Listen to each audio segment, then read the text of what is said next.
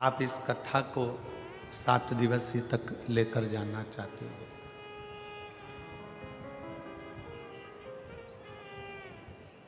पर जब तक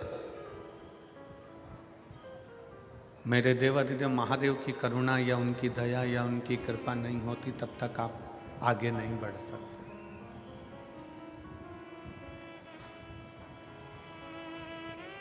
और बड़े सौभाग्यशाली हैं आप सब, सिरपुर महाराष्ट्र के रहवासी, जो इस पवित्र पावन शिव महापुराण की कथा का लाभ 7 दिन तक पंडाल में बैठकर इस कथा का लाभ ले रहे हैं।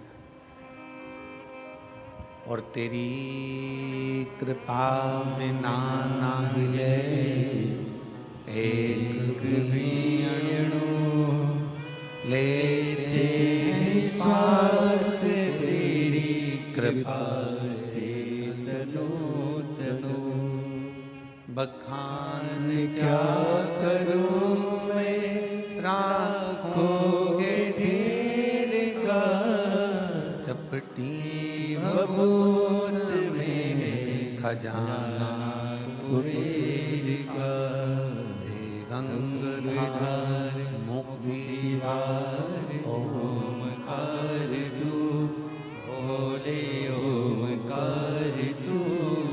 आयो शरण तिहारी शंभु तार तार तू। उसकी कृपा होती है तब जीव कदम आगे बढ़ाकर भगवान की शरणागति तक पहुंचता है।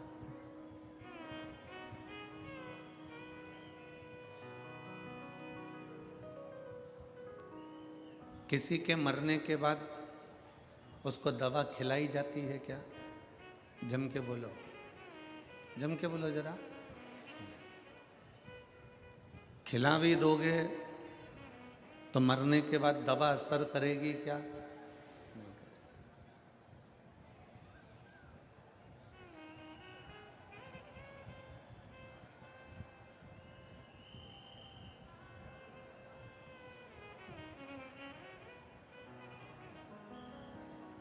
किसी के मरने के बाद दवा का असर नहीं होता। दवा असर कब करती है? जीते जी। मरने के बाद दवा का असर नहीं होगा। जैसे दवा का असर मरने के बाद नहीं होता, उसी तरह भजन का असर प्राण छूटने के बाद नहीं होता। जीते जी करो। दवा खाना है तो जीते जी खाइए, और भजन करना है तो जीते जी करिए।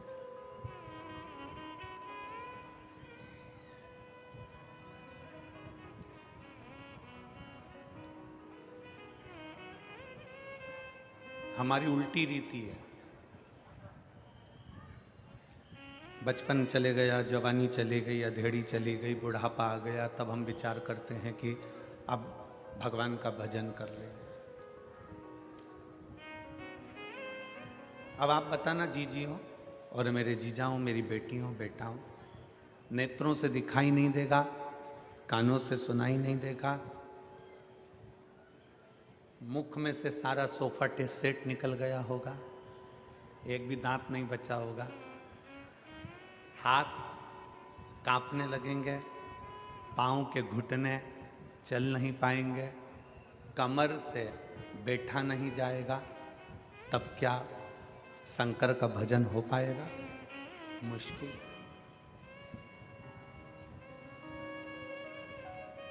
दवा और भजन, इन दोनों का असर जीते जी होता है।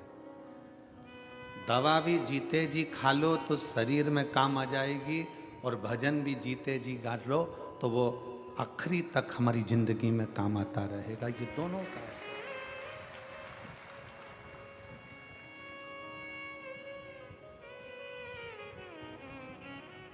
मरने के बाद की कोई प्रामाणिकता नहीं है कि आप स्वर्ग गए कि नरक गए, आप कहाँ गए हो, इसका कोई प्रमाण नहीं है। पर इतना जरूर है, शिव महापुराण की कथा कहती है, ये जरूर है कि आप जीते जी अगर भगवान का भजन कर रहे हो तो आप अपने घर को, अपने परिवार को, अपने कुल को, अपने कुटुंब को और अपने गांव को बैकुंठ बना ले रहे हो, कैलाश बना रहे हो और स्वर्ग बना रहे हो। इतना जरूर है।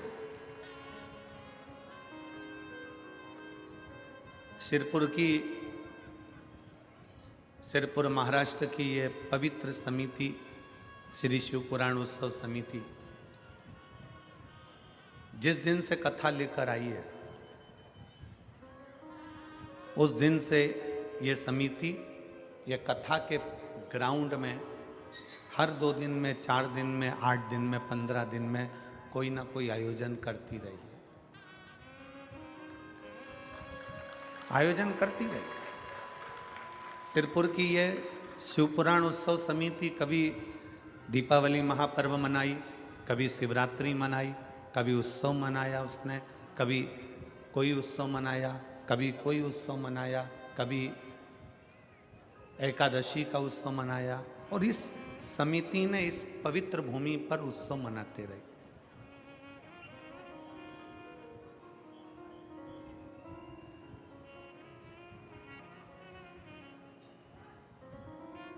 और हमारा इस समिति से निवेदन है,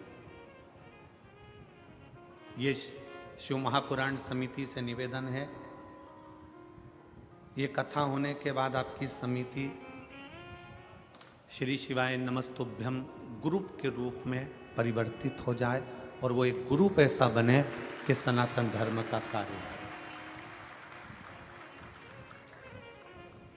सिरपुर महाराष्ट्र की यह समिति श्री शिवाय नमस्तुभ्यम ग्रुप के रूप में सिरपुर महाराष्ट्र के रूप में इतनी आगे बढ़कर कार्य करे कि हमारे सनातन धर्म में अगर कोई साधारण सा व्यक्ति गरीब है, परेशान है, कष्ट में है, उसके कष्ट को समाप्त करने का प्रयास आप और हम सब मिलकर एकजुट होकर करें। अपने सिरपुर क्षेत्र में बेलपत्री के वृक्ष कम हैं तो बेलपत्री के वृक्ष का रोपण करें। अपने सिरपुर क्षेत्र में निर्माल्य विसर्जन की गाड़ी नहीं है तो उसकी व्यवस्था करी जाए। अपने सिरपुर क्षेत्र में कोई आसपास के क्षेत्र में शंकर जी का मंदिर छिन्न हो गया, टूट फूट गया, उसमें रंगाई नहीं है, पुताई नहीं है, व्यवस्था नहीं है, तो अपनी ये सिरपुर की श्री शिवाय नमस्तुभ्यम ग्रुप वहाँ जाकर थोड़ा सा आपस में एकत्रित कर कर उस मंदिर की रंगाई और पुताई भी करवाकर उसकी व्यवस्था करें। ये हम स्वयं करें।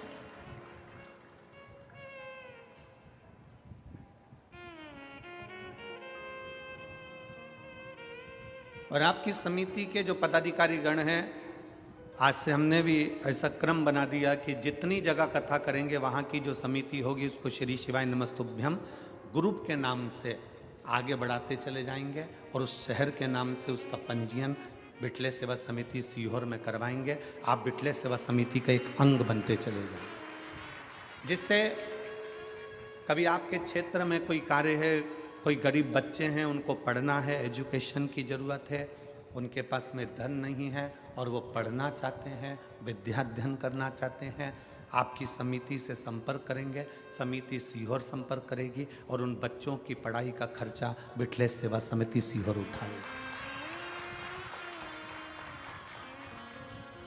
बहुत बच्चे हैं जिनको बहुत आगे बढ़ना है, उच्च कुल में है, उनको वजीफा भी नहीं मिल सकता, अच्छे परिवार से हैं तो वो किसी के आगे जाके हाथ भी नहीं फैला सकते और उनके बच्चों को आगे बढ़ना, छोटे बच्चे हैं, पढ़ना चाहते हैं।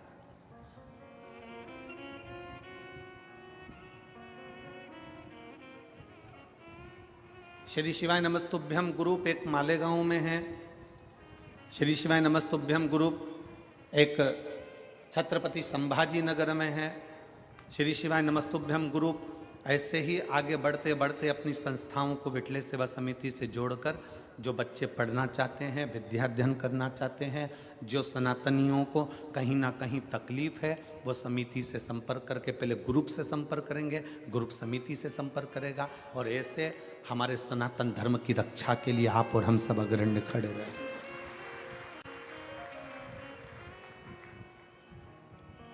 शिव तत्व की प्राप्ति के लिए, भगवान शंकर की प्राप्ति के लिए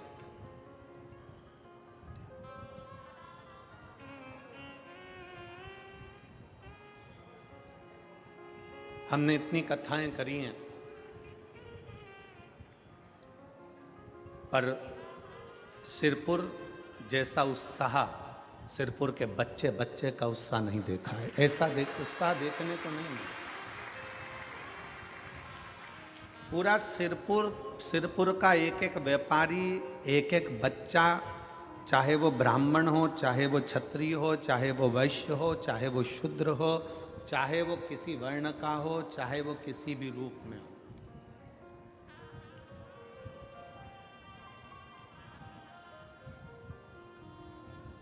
जैसे हमने पहले कहा था कि पहले राष्ट्र, उसके बाद कास्ट। सबसे पहले है राष्ट्र, फिर है कास्ट। कास्ट मतलब जाति, ये बाद में, पहले अपने राष्ट्र की मजबूती है।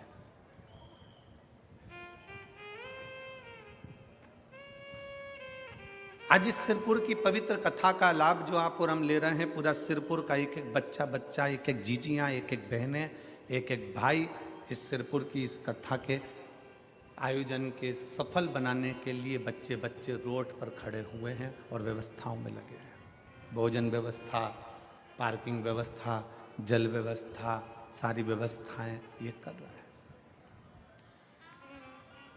तो शिव महापुराण की कथा कर रही है कि दवा का असर जीते जी खाओगे तो दवा का असर होगा, भजन का असर, भक्ति का असर, शिव स्मरण का असर आपके जीते जी होगा। मरने के बाद कहां चले गए?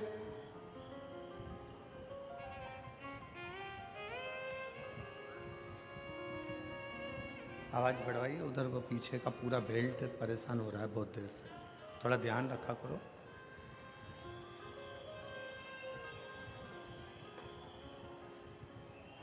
अभी कुछ देर में चालू हो जाएगा, कोई लाइन टूट गई होगी तो वो चालू कर रहे हैं।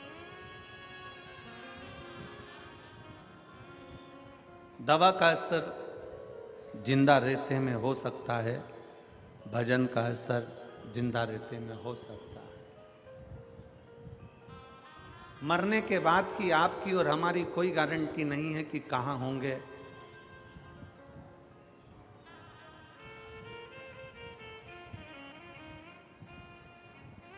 पर जहां होंगे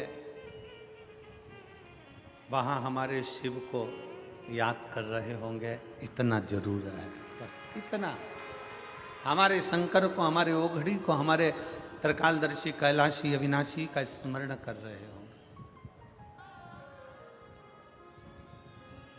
शिव की भक्ति को अपने भीतर उतार रहे होंगे। एक बार श्री नामदेव जी महाराज एक सभा में बैठे हुए थे।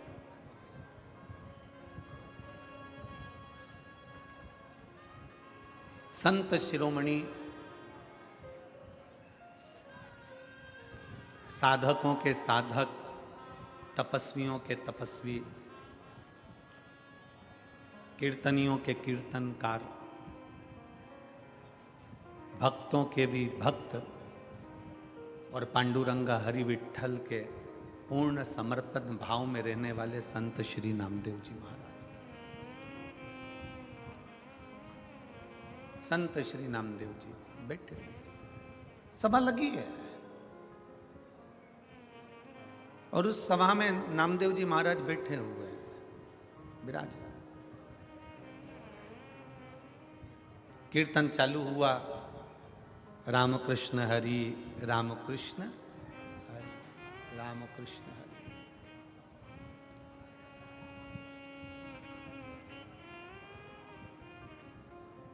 एक सिर फिरा सा एक कोई व्यक्ति नामदेव जी के पास आ गया। और नामदेव जी के पास आकर बोला, नामदेव जी आप अभी प्रवचन में कह रहे थे कि भगवान हर जगह पर विराजमान है, भगवान हर जगह पर बैठा है। कुत्ते के पीछे, श्वान के पीछे आप घी की कटोरी लेकर भाग रहे थे। कुत्ते में भी आपने परमात्मा को देख लिया, हर एक में परमात्मा का दर्शन कर रहे हैं, हर एक में भगवान को देख रहे हैं।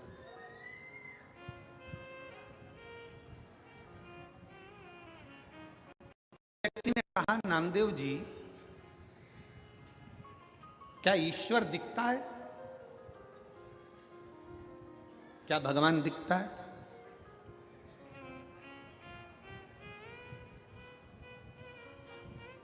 क्या ईश्वर नजर आता है? उस व्यक्ति ने कहा, नामदेव जी आप कहोगे कि हरि विट्ठल की मूर्ति है, आप कहोगे कि शंकर भगवान का शिवलिंग है, आप कहोगे राम कृष्ण भगवान की मूर्ति है, तो उस व्यक्ति ने कहा ये तो सब पाषाण की, पत्थर की है। नामदेव जी उसकी ओर मुस्कुराकर बोले कि भगवान का शरीर पत्थर का है,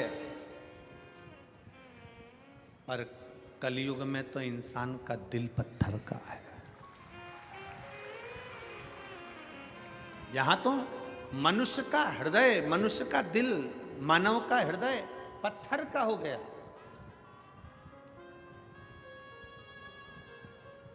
पहले के समय में गांव में अगर कोई हाथी आ जाता तो उसको रोटी देते।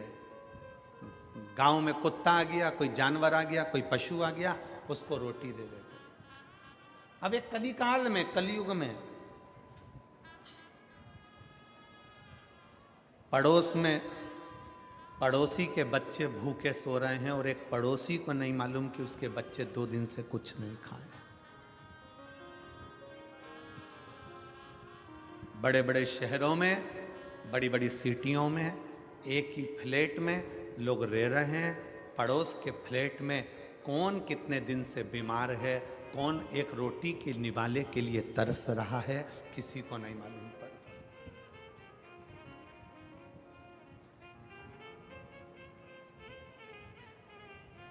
त्रेता युग और कलयुग में कितना अंतर आ गया, ये समझने वाला विषय है कि पहले के युग में लोग कहते थे प्राण जाए पर, जम के बोलो जरा, प्राण जाए पर वचन ना जाए। ये त्रेता की बात है, ये द्वापर की बात है कि प्राण जाए पर वचन ना जाए। कलयुग में तो लोग प्राण जाए पर अहंकार ना जाए। प्राण चले जाए पर अहंकार नहीं गया, मर गया पर अभिमत्ता उसके अंदर भरी की भरी रही। मैं क्यों जाऊं, मैं क्यों पूछूं, मैं क्यों जाऊं, मैं किसी के हाथ क्यों जोड़ूं, मैं अपने रिश्तेदार के दरवाजे पर क्यों जाऊं। त्रेता में प्राण जाए पर वचन न जाए, कली काल में प्राण जाए पर अहंकार ना जाए। अहंकार भीतर समाता गया।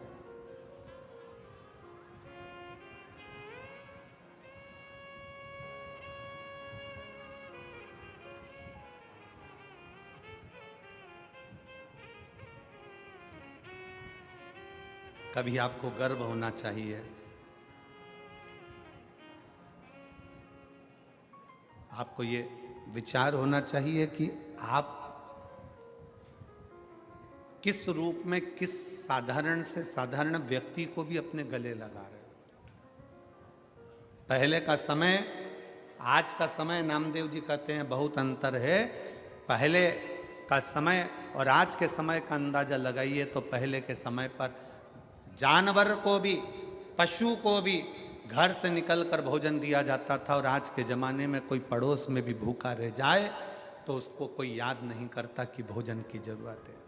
पहले के समय में गांव में अगर बेटी रहती थी, किसी के घर में अगर बेटी है तो पूरे गांव की बेटी कहलाती थी। आज के ज़माने में पड़ोसियों से बेटी असुरक्षित सी नजर आती है। ये पहले का समय और ये आज का समय है। कितना अंतर है।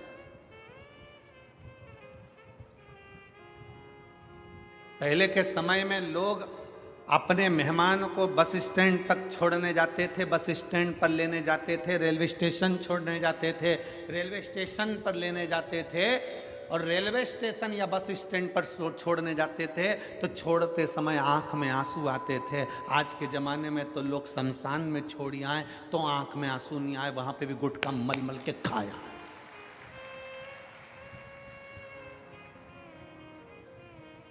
शमशान में मुर्दा जल रहा है और ये वहाँ बैठकर तंबाकू मल के खा रहा है, उसकी आंख में आंसू नहीं है। पहले के समय में किसी मेहमान को छोड़ने जाते थे तो आंख में आंसू आते थे। बोलो रे जीजियो, सही है कि गलत?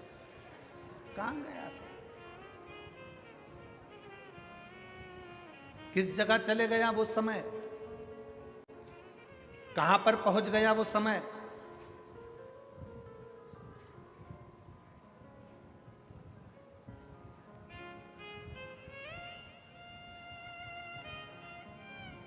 कितनी दूर जाना है।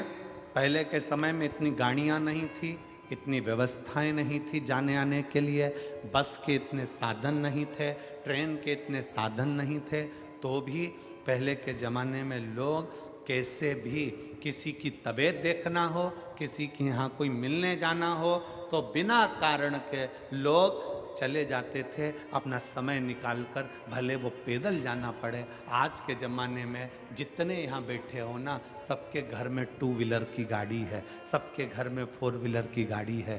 4 व्हीलर नहीं होगी तो 2 व्हीलर तो होगी, बोलो है कि नहीं है ना सबके यहाँ? सबके घर में अगर 4 व्हीलर नहीं है तो 2 व्हीलर है। पहले के ज़माने में तो गाड़ी नहीं होती थी, साइकिल होती थी, बैलगाड़ी होती थी, तो भी लोग मिलने जाते थे, समय निकाल कर पहुँच जाते थे। आज के ज़माने में 4 व्हीलर गाड़ी है, ट्रेन का साधन, हवाई जहाज का साधन, हेलीकॉप्टर का साधन, बस का साधन, गाड़ियों का साधन, 2 व्हीलर 4 व्हीलर सब घर में है। उसके बाद भी अगर कोई रिश्तेदार की तबीयत गड़बड़ है तो कोई मिलने के लिए नहीं जाता, कोई परिचित के पास बैठने नहीं जाता, केवल फ़ोन पर पूछ लेता है और राम राम सम सम कर लिया और जाने का काम खत्म हो गया। पहले के समय में लोग जाते थे, बैठते थे, बात करते थे और उसका दुख हरते थे।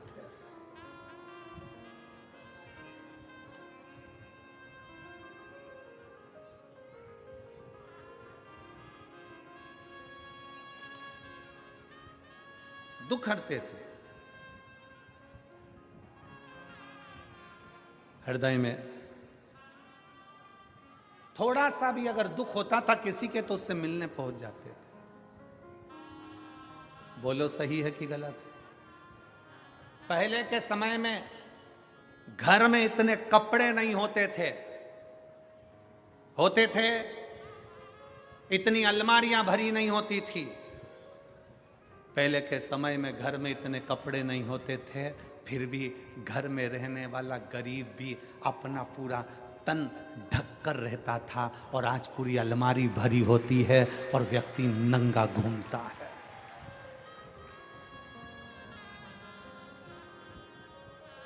मेरी जितनी जीजियां बैठी है, जितने मेरे जीजा बैठे हैं, जितनी मेरी बेटियां बैठी हैं, जितने बेटा बैठे हैं, इन सबसे पूछूं आपकी घर में अलमारी का एक खन, एक कपाट पूरा आपके कपड़ों से भरा हुआ है? एक नहीं 2 भरे होंगे, और थोड़े बहुत तो खूंटी पे टंगे होंगे।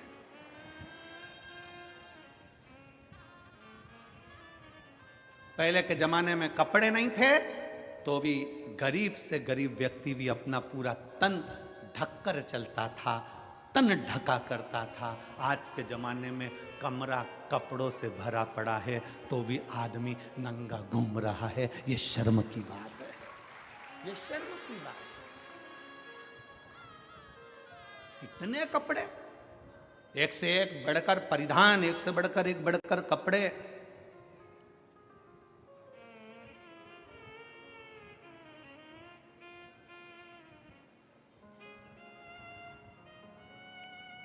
मैं महाराष्ट्र की मेरी जीजियों को, मैं संपूर्ण देश की मेरी बेटियों को, मेरी माताओं को हाथ जोड़ नमन कर कर प्रणाम करता हूं कि आप हमारी संस्कृति और सभ्यता को बनाए हुए हो, संस्कार को दे रहे हो।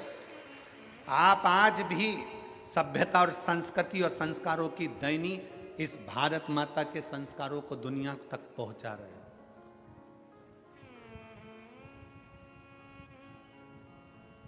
कितना बदला, कितना बदलाव।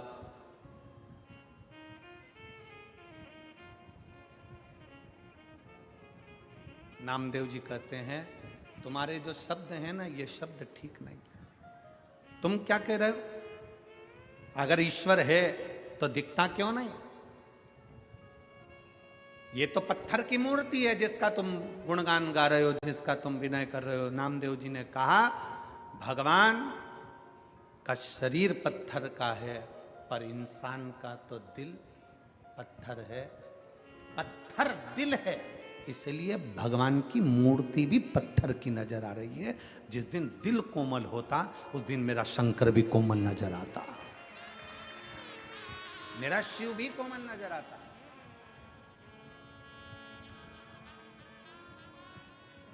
मेरा शंकर भी कोमल दिखता।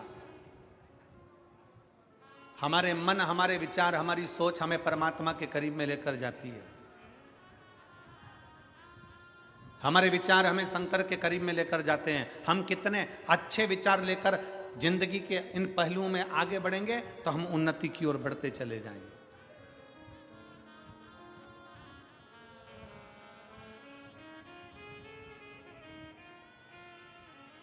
जितना अच्छा सोच सकते हो उतना अच्छा सोचो, जितना अच्छा विचार कर सकते हो उतना अच्छा विचार करो। परमात्मा ने, मेरे शंकर भगवान ने, मेरे भोलेनाथ जी ने, मेरे शंभू ने, मेरे त्रिकालदर्शी ने, मेरे महाकाल राजा ने, मेरे कुबेरेश्वर महादेव ने कुछ चीजें मनुष्य को फ्री दी है। पहले नंबर पर नींद परमात्मा ने फ्री दी है, इसका कोई पैसा नहीं लगता। रात को सो तो प्रेम से सो, चिंता छोड़कर सो। मेरे परमात्मा ने कुछ चीजें फ्री दी है। पहले नंबर पर नींद, दूसरे नंबर पर शांति। मेरे परमात्मा ने नींद अगर दी है और शांति मेरे परमात्मा ने दी है तो फ्री दी है। जिस दिन बन सके उस दिन शंकर की शरण में बैठना, उसका श्री शिवाय नमस्तुभ्यम का स्मरण करना, उस दिन शांति का अनुभव करोगे। आनंद मेरे भोले बाबा ने फ्री दिया है। अकेले भी रहो ना तो मुस्कुराते रहो।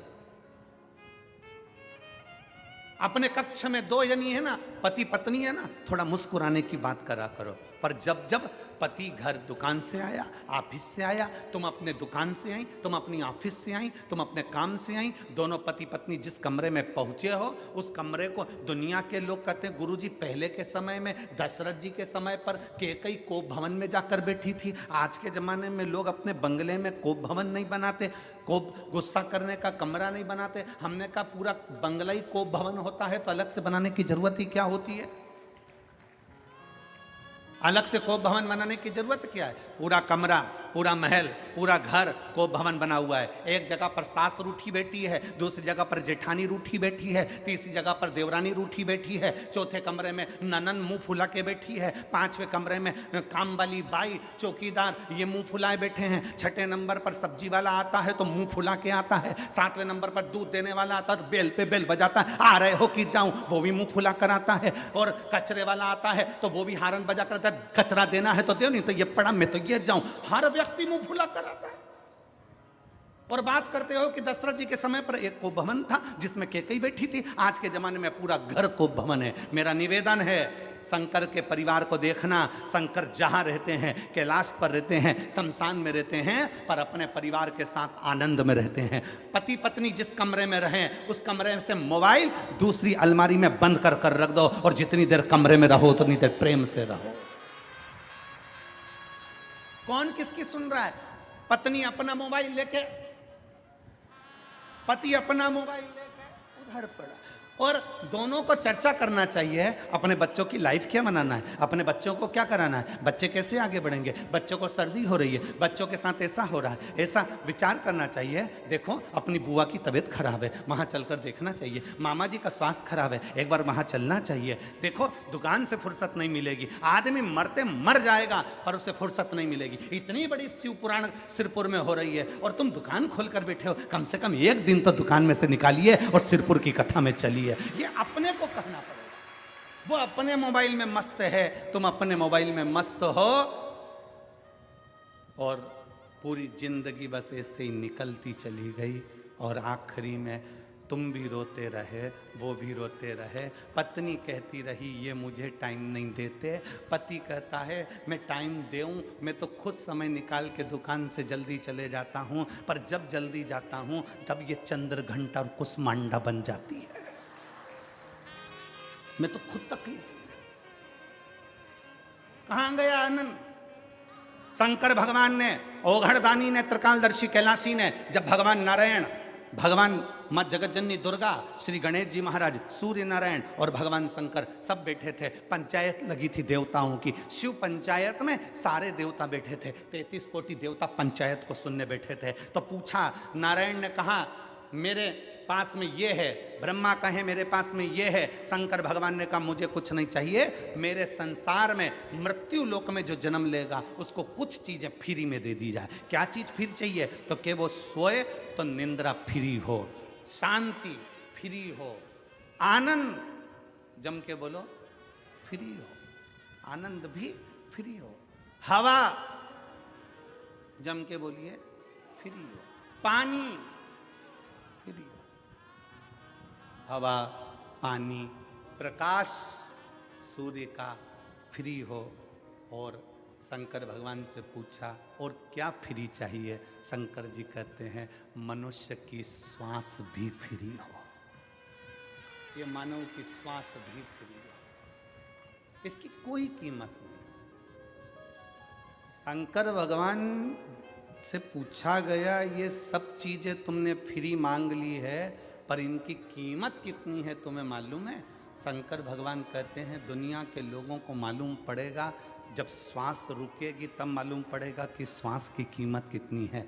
पानी जब खत्म हो जाएगा तब मालूम पड़ेगा कि पानी की कीमत कितनी है। हवा जब रुक जाएगी तब ऑक्सीजन की बोतल लगेगी, तब मालूम पड़ेगा कि हवा की कीमत कितनी है। घर से जब शांति चली जाएगी, बाबाओं के दरवाजे पर जाकर कहोगे थोड़ी शांति दे दो, तब मालूम पड़ेगा शांति की कीमत कितनी है। नींद चली जाएगी, डॉक्टर को दिखाओगे, वो 500 रुपये की गोली देगा एक खा के सोने के लिए, तब मालूम पड़ेगा कि नींद की कीमत कितनी है, हवा की कीमत कितनी है। शांति जब चली गई, शांति की कीमत कितनी है। ये सब चीज की कीमत, आनंद जब चले गया जीवन का, तब मालूम पड़ेगा कि आनंद की कीमत कितनी है। शंकर भगवान ने जो जो मनुष्य को दिया है, फ्री में जो जो चीज दी है, आज के जमाने में ये सब कीमती है, इसको संभाल कर रखना हमारी जवाबदारी, इसको संजो कर रखना हमारी जवाबदारी।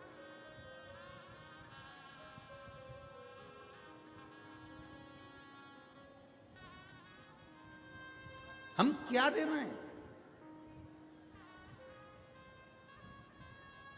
कितने लोग मिलते हैं संसार में, कितने, कई लोगों के चेहरे की हंसी चली गई, वो मुसद्दी लाल जैसा हो गया, ऐसा बैठा रहता बिल्कुल मुंह फुला के। घर में माताओं को देखो तो ऐसी बैठी रहेगी, माताएं ऐसी बैठी रहेंगी जैसे मातम में बैठी है। अरे कहां आए हो? घर में बेटा आए ना, सबसे पहले चेहरे पर हंसी, माँ को, पत्नी को, भाभी को, बहन को, जितने घर में सदस्य होते हैं ना, एक दूसरे का चेहरा देखकर आते से ही मुस्कुरा दिया करो, आधा टेंशन घर के बाहर चले जाएगा। आप मुस्कुराते ही नहीं। बेटा घर में आया और माँ मुंह फुलाकर बैठी है तो बेटा समझ जाता है फिर झगड़ा हुआ। आधा टेंशन में बेटा घर दुकान का टेंशन लाया था और आधा और घर में मिल गया। कमरे में पहुंचा तो पत्नी का मुंह फुला था, समझ गया कि बोलना ही बेकार है। बच्चे को देखो तो वो अपना गेम लेके बैठा हुआ है, पापा बोल रहा है बेटा चिक्कू कैसा है, चिक्कू बोल ही नहीं रहा, पापा समझ गया ये भी टेंशन में ही है, आज कुछ ना कुछ बात हुई है। बहन से बात करा तो बहन मुंह फुला कर जवाब देती है मुझे क्या मालूम, मेरे को क्या मालूम, मैं क्या यही देखने के लिए आई हूं। भाई से पूछो तो भाई चिढ़कर जवाब देता है। जरा विचार करिए, जिंदगी का आनंद सारा की सारा समाप्त कर बैठे हो, शून्य पर आकर खड़े हो। बिल्डिंग बढ़ गई, धन बढ़ गया, संपदा बढ़ गई, सत्ता बढ़ गई, वैभव बढ़ गया, अपने देश का, प्रदेश का, राज्य का, सबका विकास हो गया। पर विचार करिए कि अपन ने अपने आप को शून्य कर लिया है। आनंद और शांति और निंद्रा सब चली गई, सुख चले गए।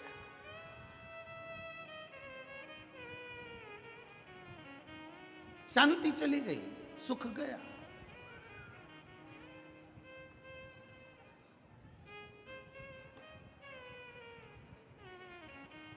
और महाराज, मेरा शिव, मेरा उघड़दानी, जो जो चीजें आपको फ्री में दिया है ना, उसकी कीमत बहुत है, बहुत कीमत है। श्वास की इतनी कीमत है कि डॉक्टर को लोग कैंसर हॉस्पिटल में जाकर देखिए, और कैंसर हॉस्पिटल में जाकर लोग अटैची की अटैची पैसे की दे देते हैं। डॉक्टर साहब, मेरे पिता को, मेरी पत्नी को, मेरे पति को, मेरे बेटे को, मेरे परिवार को बचा लीजिए, ये पैसा लगे। श्वास दे दो, श्वास।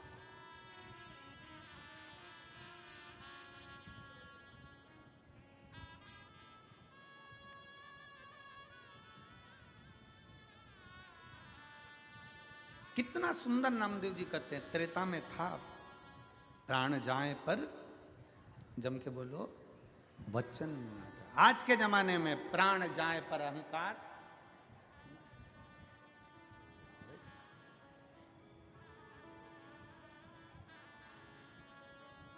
किस अभिमत्ता में जी रहे हो? शिव महापुराण की कथा कहती है, अभिमान को छोड़कर जियो।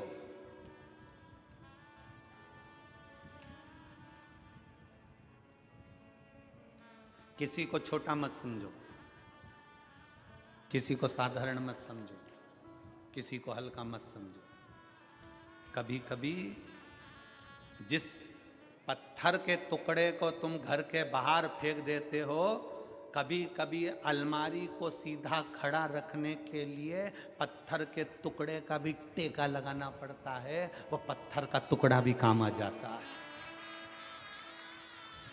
किसी को हल्का मत समझो, किसी को छोटा मत समझो।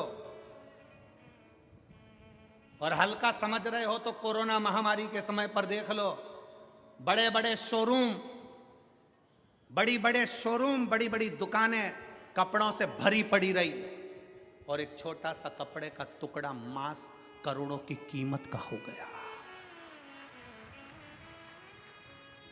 बड़े बड़े शोरूम में कपड़े भरे की भरे रह गए, बड़े से बड़ी दुकान में कपड़ा पड़ा की पड़ा रह गया, ताले लगे की लगे रह गए, और एक छोटा सा कपड़े का टुकड़ा जिसकी कोई कीमत नहीं थी, वो छोटे सा कपड़े का टुकड़ा भी करोड़ों का बिक गया, करोड़ों का व्यापार कर गया।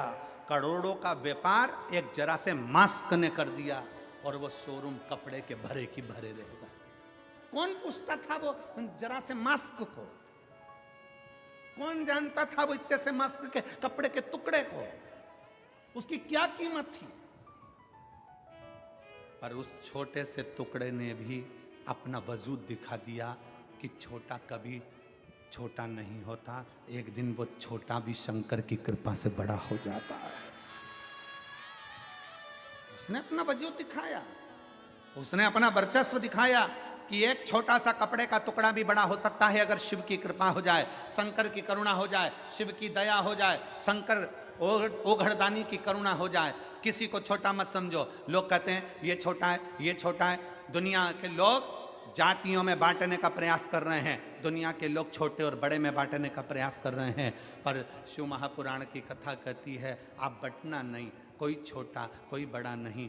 घर के अंदर बहुत विवाद होता है, एक पति का पत्नी ज़्यादा कमाता है, दूसरी पत्नी का पति कम कमाता है। ये मत सोचना कि तुम्हारा पति ज़्यादा कमा रहा है, हो सकता है जो नहीं कमा रहा है ना, उसको शंकर भगवान उसके कारण तुम्हारे पति की भी तनख्वाह ज़्यादा दिलवा रहा है, हो सकता है। परिवार के भरण पोषण के लिए, परिवार के सुख के लिए, परिवार के लिए परमात्मा दे रहा है, किसी के लिए हल्का नहीं। ये ना सोचे कि हमारी माँ कुछ नहीं दे रही, हमारे पिताजी कुछ नहीं कर रहे, हमारा देवर कुछ नहीं करता, हमारा जेठ कुछ नहीं करता, केवल तुम्हारा पति कमा रहा है। ना ना ना, भगवान ने क्यों कृपा कर कर रखी है, क्यों भगवान भरपेट भोजन दे रहा है, क्या पता किसके भाग्य का किसको मिल रहा है। इसलिए कभी ये ना सोचें कि केवल मेरा पति कमा रहा है, घर में जितने सदस्य हैं ना, सबके भाग्य का मेरा भोलेनाथ देते जा रहा है, ये विचार करें। कोई भूखा ना सोए,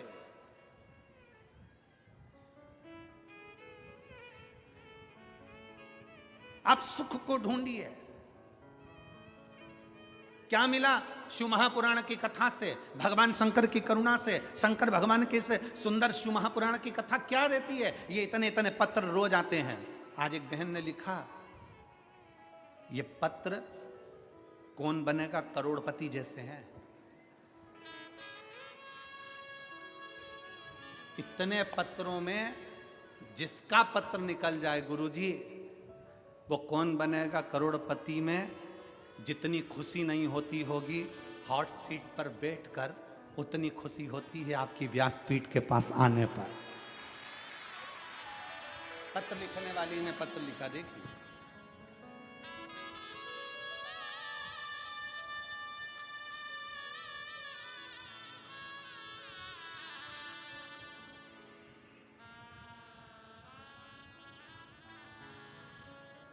मैं सो जय श्री प्रशांत पाटिल सिरपुर की रहने वाली हूँ।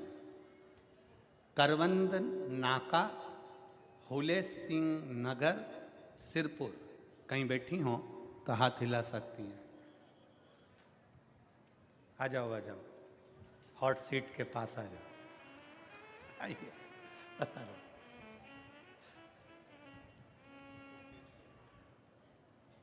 प्रशांत पाटिल सिरपुर की रहने वाली हूँ। करवंद नाका हुले सिंह नगर सिरपुर। बाबा, मेरी माँ रोज बोलती थी कि तू कथा सुना कर, पर मैं कथा नहीं सुनती थी। गुरुदेव, मेरी माँ रोज मुझे बोलती कि कथा सुन कथा सुन, मैं कथा नहीं सुनती। माँ से कह देती सुनती हूँ, पर मैं नहीं सुनती थी। महाराज, जो सत्य है वो इस पत्र में लिख रही हूँ। तभी एक दिन मन में आया कि मेरी माँ रोज कहती है कथा सुन, और मैं उसको कह देती हूँ सुनती हूँ और सुनती नहीं, एक बार सुनना चाहिए। तब मैंने अपने पति से कहकर टीवी पर कथा देखना प्रारंभ करी। कथा देखना प्रारंभ करी तो पति नाराज हो गए। क्या दिन भर महाराज की कथा सुनती रहती, बंद कर दे टीवी। बड़ी दुखी हो गई। मैंने मेरे पति को हाथ जोड़ प्रणाम कर कर कहा, एक बार तुम भी तो इस महाराज की कथा तो सुनो, ये सियोर वाला महाराज है, एक बार तो सुनो। पति के मेरे को नहीं सुनना। एक दिन मैं कहीं चली गई और पति उसी टाइम पर टीवी चालू कर कर बैठ गए और आपकी कथा सुन रहा था। पति जब कथा सुन रहा था, उस समय पर मालेगांव में आपकी कथा चल रही थी। मैंने अपने पति से कहा चलो अपन कथा में चलते हैं। पति ने मना करा। फिर मैंने जिद करी तो उन्होंने कथा में जाने का विचार करा। कथा में पहुंच गए। पति का मन तो कथा में लग गया और मेरी आंखें लग गई। जी को इस पत्र में सत्य लिखने के लिए एक बार जोरदार ताली बजाओ। बहुत बहुत साधुवाद, बहुत बहुत साधुवाद। पति का मन कथा में लग गया और मेरी आंखें लग गई। मैं सो गई। कथा पूरी हो गई। कथा होते से ही पति ने कहा कि वो सियोर वाला महाराज कह रहा था कि पंडाल में बैठकर जो मांगा जाता है वो बाबा देता है, तू भी मांग कर चली जा। मैंने बाबा से प्रार्थना करी, बाबा मैं क्या मांगू, मेरा रिजेक्ट हुआ मेडिक्लेम का पास रह गया है, आप बस एक कृपा कर दो। मैं मान जाऊंगी कि आपके पंडाल में ऐसा जादू है कि मेरा काम हो गया, मेरा मेडिक्लेम रह गया है, वो मुझे दिला दो। हम एक दिन की कथा सुनकर अपने घर चले गए। बस घर जाकर थक इतने गए थे भीड़ में कि घर जाकर लेट गए। आंखें लग गई और लगते से ही एक फ़ोन आया और फ़ोन आते से ही खबर करी कि आपका मेडिक्लेम क्लियर हो गया है, आपका मेडिक्लेम क्लियर हो गया। गुरुदेव, आज मैं सत्य वचन कहती हूँ, मेरा मन भले कथा में से हट जाए पर मेरे पति आपकी कथा एक दिन की भी नहीं छोड़ते। मैं भले मन को हटा लूं पर मेरे पति कथा को नहीं छोड़ते। गुरुदेव, आपका पत्र पढ़ना, अब इस लाइन को पढ़िए, आपका पत्र पढ़ना ये तो एक करोड़पति जैसा खेल है। कौन बनेगा करोड़पति? 10 पत्र में से एक पत्र छटता है। जितना हॉट सीट पर बैठने पर खुशी नहीं होती, वो खुशी आपकी व्यासपीठ के पास आने पर होती है। ये शिव पर। ये शंकर है, ये ओघड़ है। जहां बैठी हैं दीदी, आइए एक बेलपत्र लेकर जाइए। शिव कृपा।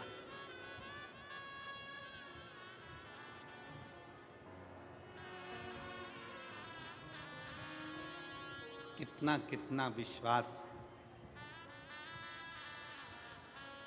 कई लोग तो यहाँ प्रैक्टिकल करने ही आते हैं कि अपन बैठ के तो देखें, एक बार मांग के तो देखें बाबा देता है कि नहीं देता। कई लोग यहाँ प्रैक्टिकल करने आते हैं।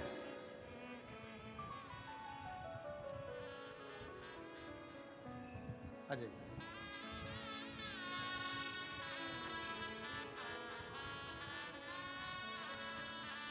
वेलकम टू माय व्यासपीठ।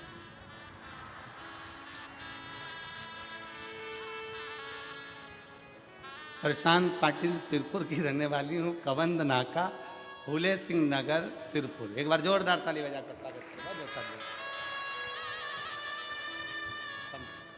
बधाई हो। माँ।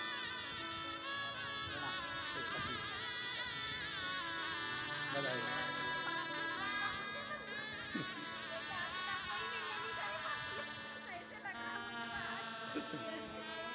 भारत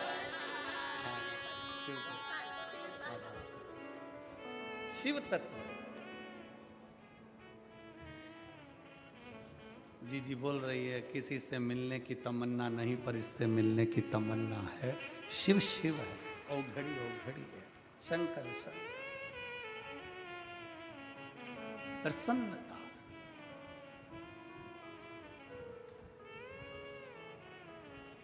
आनंद जीवन का जानना नहीं चाहिए। खुशी, शांति, निंद्रा जाना नहीं चाहिए। प्रसन्नता तुम्हारे चेहरे पर हो। क्या दिया है शिव महापुराण ने? शंकर की कथा ने आपके चेहरे पर प्रसन्नता दी है। एक पत्र और है, जरा ध्यान दो।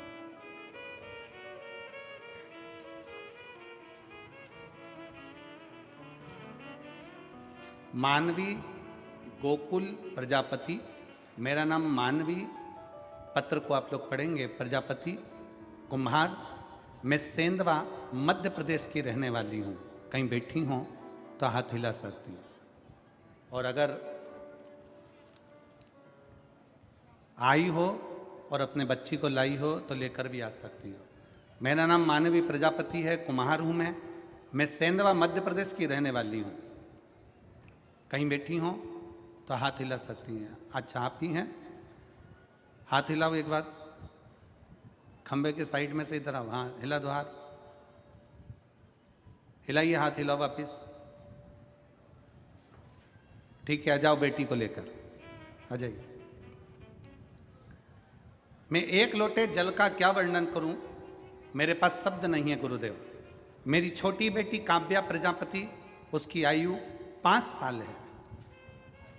पत्र दिख रहा है ना टीवी पे, जम के तो बोलो, सबको दिख रहा है?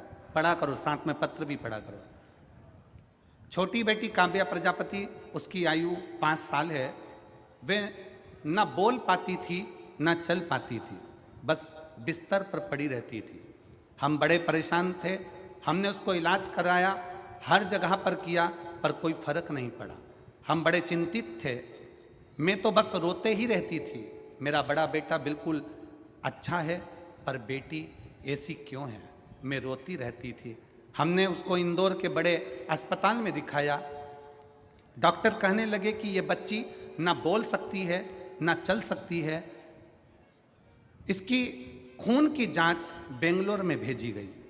पता चला कि इसको डाउन सिंड्रोम की बीमारी है, जिसके अंतर्गत ये बच्ची न बोल पाएगी, न सही से बैठ पाएगी, न चल पाएगी, न सुन पाएगी। मैं बहुत रोने लगी। किसी ने बताया आस्था चैनल पर सीहोर वाला कोई महाराज आता है, शिव महापुराण की कथा करता है, उसे सुनो। मैं ये से चीज़ों पर विश्वास नहीं करती, पर मैं मेरी बेटी के लिए कथा सुनना शुरू किया। फिर 2022 में सीहोर रुद्राक्ष महोत्सव में गई, वहाँ भीड़ बहुत थी, फिर भी मैं रुद्राक्ष को लिए भीड़ में खड़ी रही, वहाँ रुद्राक्ष लिया। कंकर शंकर की पूजन कही, बाबा को रुद्राक्ष रात को लाई और बाबा को प्रणाम कर कर रुद्राक्ष को तांबे के कलश में गलाती, फिर वही जल शिव जी को चढ़ाती और बेटी को पिलाती। फिर आपकी कथा जलगांव में थी, मेरी बेटी को लेकर आई, 4 दिन की कथा सुनी, धरती को नमन किया, वहीं पर बेटी को सुला देती, मिट्टी उसके शरीर पर लगा देती, बाबा को प्रार्थना करती, इसका शरीर काम नहीं कर रहा, न सुन सकती, न बैठ सकती, न बोल सकती, न चल सकती। आज मैं बाबा को प्रणाम करने के लिए आई हूँ। पंडाल का बैठकर कथा सुनने का फल क्या है, आज मेरी बेटी पूरी तरह से स्वस्थ हो गई, बोलने भी लगी, चलने भी लगी, सुनने भी लगी और बाबा की कृपा से स्कूल जाने भी लगी। मैं बाबा को प्रणाम करने आई हूँ, जिसका फोटो मैंने आगे लगाया है और बेटी भी आई हुई है, फोटो लगाया है, फोटो देख सकते हैं पंडाल में एलईडी पर, आप लोग इस बच्ची का फोटो भी देख सकते हैं। ना चल सकती थी, कमर से काम नहीं करती थी, कमर से पूरे पलंग पर पड़ी रहना, ना पैर ना हाथ, ना सुनना ना बोलना, बस पड़े। हम तो बाबा के भरोसे चलते हैं, हम तो बाबा के भरोसे चलते हैं। ये दुनिया वाले जलते हैं, ये दुनिया वाले जलते हैं, हम तो बाबा के भरोसे चलते हैं, हम तो बाबा के भरोसे चलते हैं। उठकर बैठ नहीं सकती थी, पलंग पर पड़ी रहती थी, कमर काम नहीं करती, पाँव काम नहीं करता, हाथ काम नहीं करता, नेत्र काम नहीं करते, श्रवण शक्ति काम नहीं करती, बोलने की शक्ति काम नहीं करती, पर उसके आश्रित तो हुए।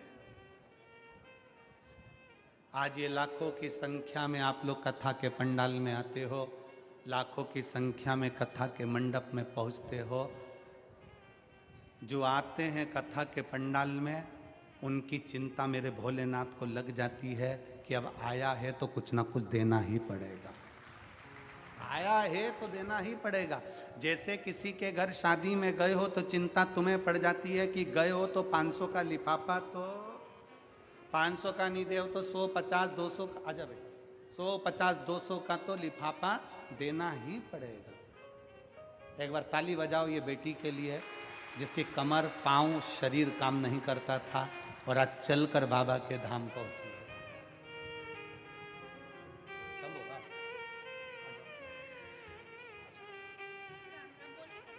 राम राम बोलो, बोलो राम राम, राम राम बोलो, राम राम, शंभो, श्री राम, श्री शिवाय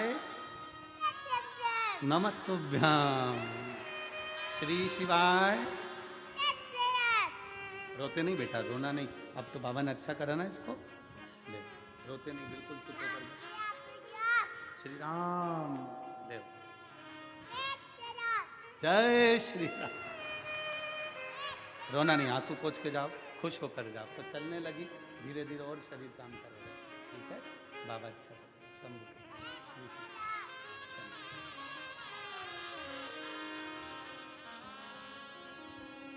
अरे लुटा दिया भंडार काशी वाले ने, कर दिया माला माल काशी वाले ने, जो जैसी भावना लाया वो वैसा ही फल पाया, जो जैसी भावना लाया वो वैसा ही फल पाया, नहीं खाली किसी लौटाया वो मन ही मन हर्षाया, और कर दिया माला माल काशी वाले ने, लुटा दिया भंडार काशी वाले ने। एक माँ का दिल जो होता है ना, वो बड़ा विचित्र होता है, बड़ा विचित्र।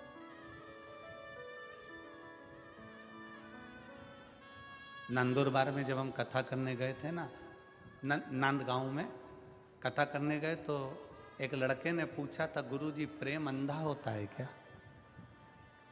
हमने कहा हाँ, प्रेम अंधा होता है। एक माँ के गर्भ में जब बच्चा आता है ना, माँ उसको बिना देखे प्रेम करने लगती है, इसलिए प्रेम अंधा होता है। एक माँ का दिल क्या होता है ना, जिसकी बेटी पलंग पर केवल पड़ी रहे, ना शरीर काम करे, ना हाथ पैर काम करे, ना बोल सके, ना देख सके, ना सुन सके, उस माँ की दशा का अंदाजा लगाइएगा कि उसकी बेटी अगर थोड़ी बहुत भी चलने लगे और थोड़ा बहुत बोलने लगे और सुनने लगे ना, तो उस माँ से पूछना कि जिंदगी की सबसे बड़ी खुशी उस माँ को मिल जाती है। उस माँ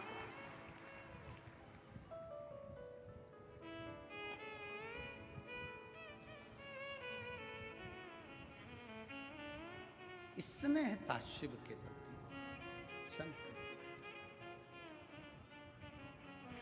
आप आए हो, इतनी लाखों की संख्या में पहुंचे हो, तुम्हारा टेंशन शंकर जी को है। जितनी भीड़ कथा में भक्तों की बढ़ रही है, उतना ही शंकर भगवान को चिंता बढ़ रही है, क्योंकि आया है तो कुछ ना कुछ देना पड़ेगा। खाली लौट गया तो कथा लोग कहेंगे, बताओ शिव पुराण सुनी थी सिरपुर में बैठ के, मालेगांव में बैठ के, धुलिया में बैठ के, और बाबा ने दिया नहीं, इसलिए उसको देना ही पड़ता है और झोली भरकर भेजना ही पड़ता है।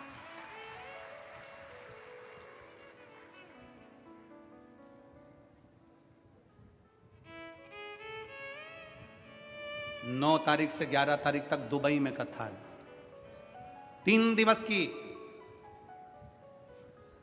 9 दिसंबर से 11 दिसंबर तक त्रिवेणी शिव महापुराण की कथा भारत में 1 बजे से 4 बजे तक आस्था चैनल पर आएगी, और वहाँ 11:30 बजे दुबई में चलेगी, एयरपोर्ट रोड पर।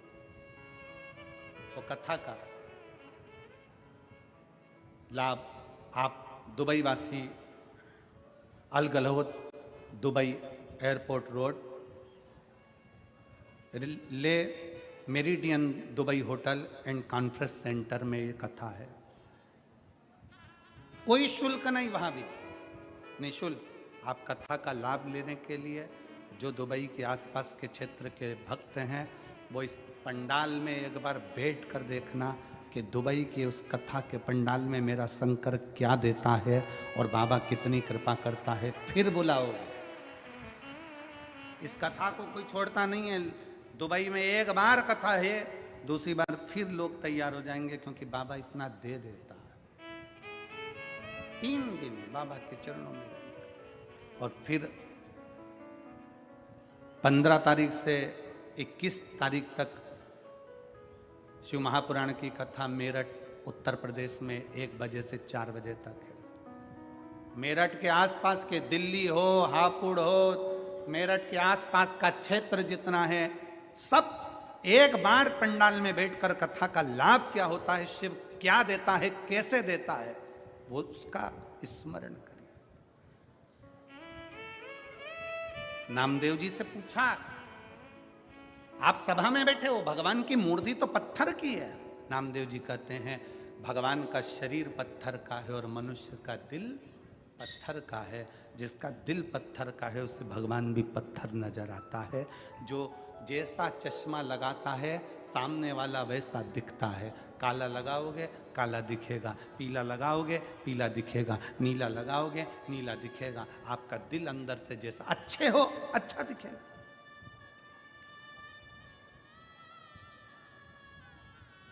क्यों हम इतनी शर्त से व्यासपीठ पर बैठकर बोल देते कि शंकर जी झोली भरेगा? क्योंकि हमें भरोसा है उस पर, देखा है उसको।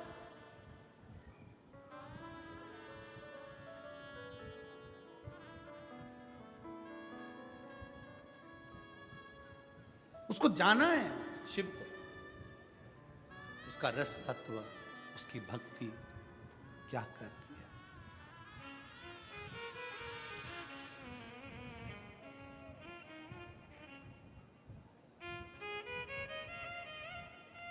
किसी के घर में शादी में गए हो,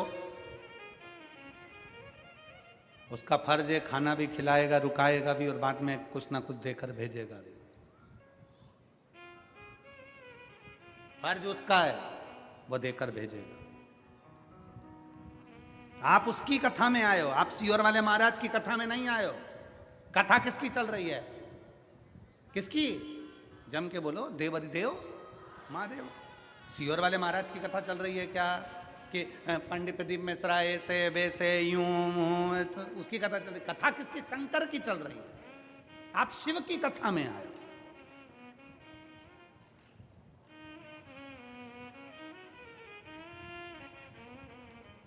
कोई पूछता है तो आप कह किसकी कथा चल रही है, तो कहते हैं सीहोर वाले महाराज की। ना ना ना ना, क्यों बेवकूफ बना रहे हो किसी को? सीहोर वाले महाराज की चल रही है, फालतू की बात है। कथा किसकी चल रही है? कोई पूछे तो शान से कहना मेरे बाप देवाधिदेव महादेव की चल रही है।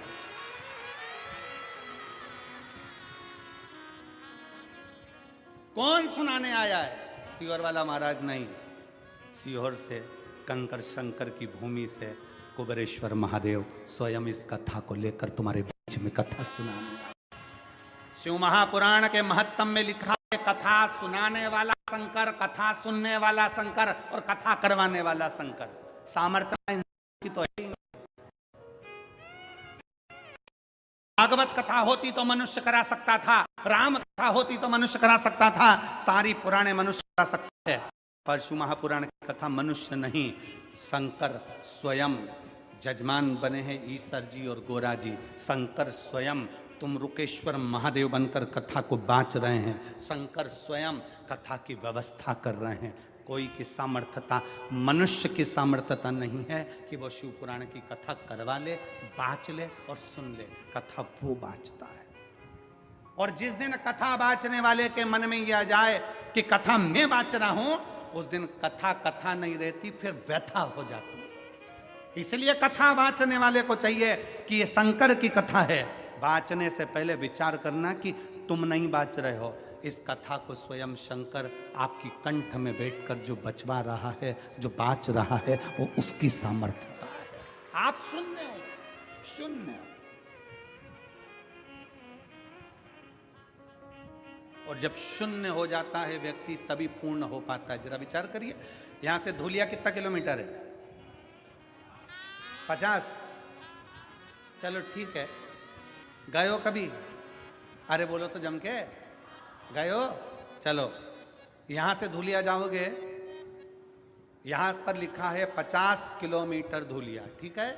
जम के तो बोलते जाओ, ठीक है। गाड़ी लेकर चले, आगे बढ़े, 1 किलोमीटर बाद कितना लिखा होगा?